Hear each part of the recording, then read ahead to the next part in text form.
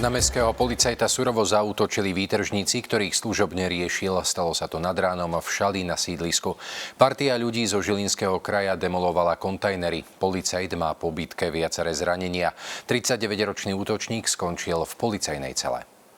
K incidentu došlo na tomto mieste. Ku kontajnerom prišla hliadka mestskej polície riešiť výtržníkov. Hliadka na mieste zistila, že sa jedná o skupinu 5 mužov, zjavne pod vplyvom alkoholu, ktorí teda vykrikovali a na mieste boli aj prevrátené smetné nádoby. Skúsený 49-ročný mestský policajt spolu s 2 kolegami služobnú situáciu riešili tak, ako veľakrát predtým. Partiu mužov upozornili, že sú hluční a rušia nočný pokoj. Muži hliadku najprv verbálne a následne aj fyzicky napadli. 39-ročný muž sa vrhol na jedného z policajtov tak, že ho udieral hlavne do oblasti hlavy. Prišlo aj k úkopancom, k úderom. Pri bitke mestský policajt spadol na zem, ale muž ho udieral aj naďalej. Výtržník mu roztrhol aj uniformu. 5 mužov hliadka napokon spacifikovala. Povaha ich útoku následne prinútila hliadku tvrdšie zakročiť a podarilo sa im napokon situáciu zvládnuť. Mestský policajt utrpel viaceré zranenia a musel vyhľadať aj lekára.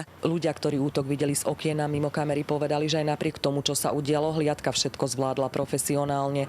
39-ročný Mário zo Žaškova je momentálne v policajnej cele. V najbližších hodinách ho čaká súd. 39-ročný muž bol obvinený z prečinu útoku na verejného činiteľa v súbehu s prečinom výtržníctva. Diana Pavlisová, televízia Joj.